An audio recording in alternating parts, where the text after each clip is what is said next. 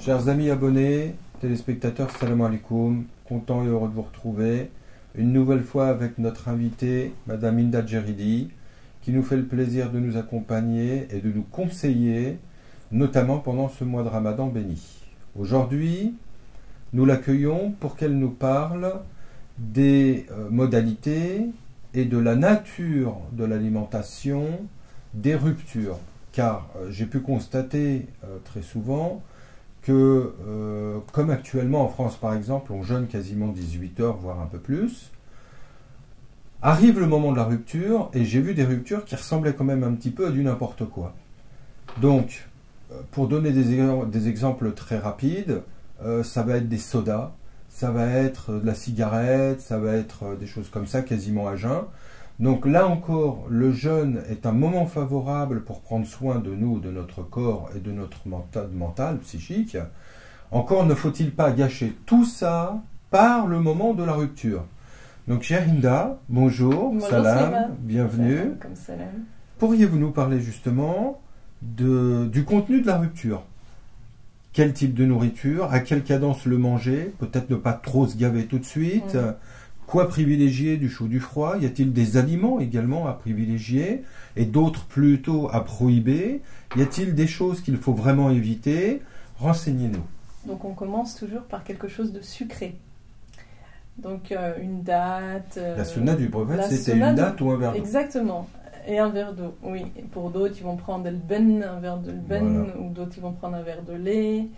D'autres, ils vont prendre une boisson chaude, un café. Ben, donc du lait caillé, oui, de pour lait nos caillé, auditeurs non arabophones. Oui. Pourquoi le sucre en fait? Pourquoi prendre du sucre après une longue période de jeûne? Pourquoi? Parce que, eh bien en fait, ce sucre, il va agir au niveau de la satiété. Il va calmer la faim.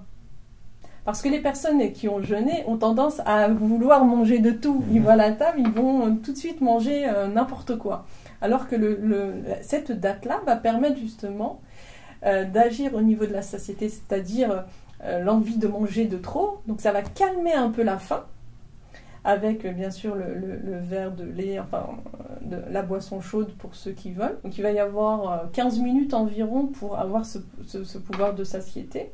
Et la personne, après avoir pris sa date, son verre de lait, elle va aller prier, elle peut marcher dans la nature. Il faut laisser au moins 1 heure avant de manger la sharba, avant de manger justement la soupe. Au moins 1 heure. Ce qu'on ne fait quasiment jamais. Ce qu'on ne fait jamais. On mange la date, tac, tac, on va aller prier, et on revient et on va manger la brique, on va manger ceci, on va manger cela. Donc non, il faut un temps d'adaptation au corps. Donc on prend sa date, on prend son verre de lait ou son verre de lait fermenté.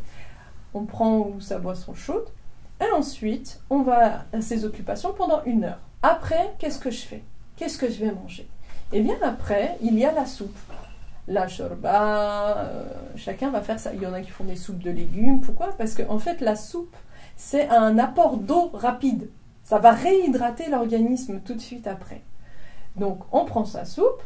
Après le repas, on mange une protéine, poisson, viande blanche, et vous prenez après des légumes. Alors j'ai remarqué une chose, c'est que très souvent, comme c'est plutôt la soif qui va nous tenailler plutôt que la faim, ce qu'on a tendance à faire, c'est de boire beaucoup. Tout de suite, quasiment rapidement, de l'eau dans le meilleur des cas, voire des sodas ou des choses comme ça, pour essayer de tout de suite calmer la soif, mais le problème c'est que souvent ça calme la faim aussi. Oui, mais en plus de ça, Nabi sallallahu alayhi wa sallam, il nous disait qu'il fallait boire par petites gorgées, parce que si on boit tout d'un coup, on attaque le foie. Donc on attaque aussi le système digestif, il faut vraiment faire attention. C'est par petites gorgées. Et vous donnez de l'eau d'un coup à un corps qui a été privé pendant 18 heures, et au lieu des bienfaits, au contraire, on va avoir des problèmes. Donc il faut vraiment boire petit à petit, mais il y a vraiment un ordre à respecter. La shorba ou la soupe de légumes, c'est vraiment un apport d'eau. Donc on va l'avoir, l'eau. Ensuite, donc vous avez, je vais revenir sur vos sodas. Donc les boissons recommandées pendant le mois du Ramadan, la meilleure des boissons, c'est l'eau. Ça fait partie de la médecine prophétique. Et pas que pendant le Ramadan. Bien sûr, tout le temps. Il le disait, la meilleure des boissons, c'est l'eau. Pour revenir au soda gazeux, quand vous voyez les tables pendant les ramadans, il y a tellement de marques de, je vais pas les citer, on n'est pas là pour citer, mais tellement de marques de boissons gazeuses, on dirait qu'ils travaillent justement chez les boissons gazeuses. Et là, il y a un risque. Le risque, justement, c'est que c'est un apport déjà calorique. C'est trop de sucre. Mais en plus de ça, dans certaines boissons, il y a de l'acide phosphorique. C'est un poison pour les reins. Plus vous allez boire de ces boissons-là, plus vous avez un risque de pathologie métabolique comme le diabète. Vous avez un risque d'être plus tard sous dialyse. Au niveau de la santé, il faut vraiment faire attention. Toutes ces boissons-là sont néfastes. Le problème, c'est qu'on ne le comprend pas tout de suite, parce qu'on peut en boire pendant des années et ne rien ressentir. C'est une fois que ça nous tombe sur la tête qu'on se dit « Oh là là, mais c'est trop tard ». Mais c'est trop tard, bien sûr, parce qu'après, on va dire, une personne, si elle est sous dialyse et que les reins ne fonctionnent plus, la seule chose qui va pouvoir la sauver après, c'est une greffe des reins. Donc, il faut vraiment faire attention. Là, il y a une lourde responsabilité, surtout pendant le mois du Ramadan. Le mois du Ramadan, c'est là où il y a le plus de pathologies métaboliques. Problèmes de cholestérol, mauvais cholestérol, de diabète, de tension, d'hypertension. Il y a énormément de problèmes. Je vais revenir justement sur l'alimentation. Commencez donc par la date, le verre de lait ou la boisson chaude pour ceux qui veulent. Ensuite, pendant 1 heure, vous faites donc votre prière. Allez, sortez. Sortez dans la nature, ressourcez-vous d'ions négatifs, ressourcez-vous, respirez, ça c'est important, marchez. La marche régulière fait partie aussi d'une pratique sportive recommandée pendant le jeûne. Il est important aussi. C'est une médication. C'est une médication. Donc on marche, ensuite on revient, là on prend sa soupe, on prend ses protéines et on prend ses légumes verts et on évite. Bien sûr, je sais que ça va pas faire plaisir, mais on évite le maximum tous ces gâteaux. Tous ces gâteaux, les zlebia, les gâteaux remplis de sucre et tout, qui sont des sucres rapides, qui vont épuiser votre organisme. Dire quoi ? La journée, vous jeûnez, et c'est super parce que il y a tout le système immunitaire qui se met en route pour nettoyer les cellules cancéreuses et tout. Et après le soir, vous allez tout rattraper, vous allez épuiser votre organisme. Il va se fatiguer, et le pancréas, il va se fatiguer. Donc il faut vraiment faire attention. Tout ce qui est blanc, de toute façon, est un poison pour l'organisme. Tout ce qui est blanc. C'est-à-dire les farines blanches, le sucre blanc, le sel, tout ça, ce sont des poisons. Ce sont des poisons pour l'organisme. On le sait, le sucre, c'est l'aliment préféré des cellules cancéreuses. Donc après ce repas, c'est un repas léger. Alors moi, ce que je comprends de ce que vous me dites là pour l'instant, c'est une rupture finalement tranquille, douce, qui s'inscrit dans le temps et qui doit être légère. Oui. Ne surtout pas d'excès, et ne surtout pas surcharger un corps qui vient justement de faire le nettoyage pour remplacer toutes les saletés qu'il vient de nettoyer, ce qui servirait à rien. Exactement. Bon, ça va, j'ai bien compris. C'est exactement ça, voilà. Alors, un autre pan que je voudrais qu'on développe et qui irait dans le même sens, c'est que là, on a parlé de la rupture du soir, mais le matin, parce que ce qu'on fait après, justement, il y a la prière, etc. Après, on peut visiter de la famille, des amis. Et là, encore une fois, en général, on va tomber dans ces excès, fameux excès de gâteaux et de pâtisseries qui sont sursucrés et souvent au sucre blanc. Et où on peut éventuellement, je pense, se permettre un petit écart, mais pas plus, surtout pas d'excès dans ce domaine-là. Arrive le moment du sommeil où on va dormir quelques heures, et au réveil, on se lève, et va arriver donc le moment de l'imsek, le moment où on va repasser dans l'abstinence et reprendre le jeûne. Juste avant, il y a le suhour. Le suhour, c'est un espèce de petit repas qui est là avant tout pour nous aider à tenir la journée, donc plus ou moins à plâtrer l'estomac et à nourrir le corps de certaines substances qui vont lui permettre d'être nourri quand même malgré tout pendant la journée. Ce repas-là, pareil. Que recommandez-vous? Quoi éviter? Que faut-il vraiment, à quoi faut-il vraiment faire attention pour passer derrière une bonne journée? Alors, moi, je me réfère beaucoup aux travaux du docteur Alain Delabos, qui parle de chrononutrition, donc manger tel aliment à tel moment et en telle quantité. Donc privilégiez beaucoup, moi je privilégie beaucoup la qualité plutôt que la quantité. Alors lui il conseille de prendre le matin un bon repas, pourquoi? Pour tenir toute la journée, surtout 18 heures. Donc il conseille de prendre, lui il est pour les protéines le matin, encore une fois. Bon après c'est au cas par cas, parce qu'il dit protéines le matin, c'est-à-dire poisson, viande blanche, des féculents aussi, tout ce qui est donc des pâtes, des pommes de terre, du couscous même, le matin. Il conseille ça, de prendre ça avec une boisson chaude, un thé, une tisane, un café noir pour les personnes qui veulent, pas de café au lait. Beaucoup prennent du café au lait. Il faut savoir que le café au lait, c'est un poison pour vos intestins. Les intestins ne digèrent pas le café au lait.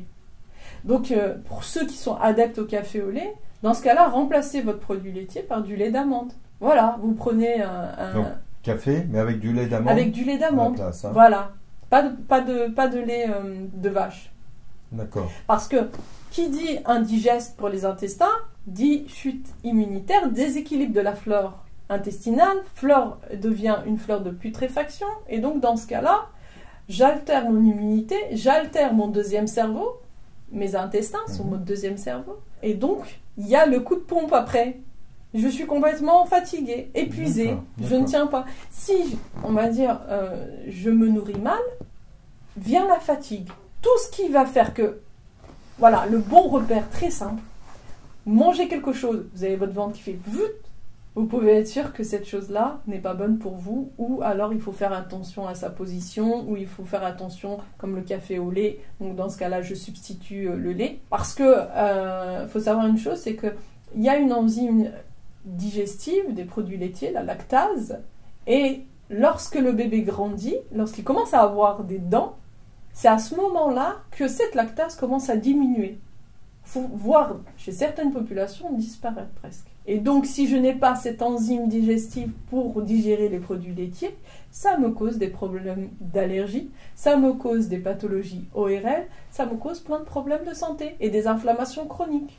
Pour conclure, donc sur ces 2 repas, vraiment léger, doucement, léger, progressivement, éviter tout ce qui est blanc, donc sucre, farine, etc. Voilà.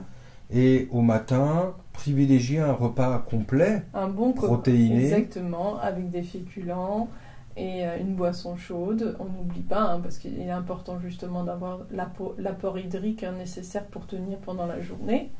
Donc voilà, et notez, moi je dis toujours que lorsqu'on mange quelque chose et qu'on voit que cette chose nous fait ballonner ou des problèmes digestifs, notez. Comme vous prenez un cahier, vous notez tel aliment m'a fait telle chose.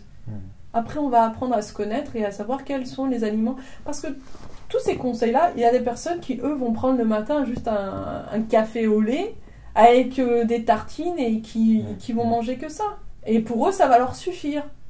Chaque individu est différent. Vous voyez, par exemple, au niveau de la constitution de l'être humain, les fruits. Voilà.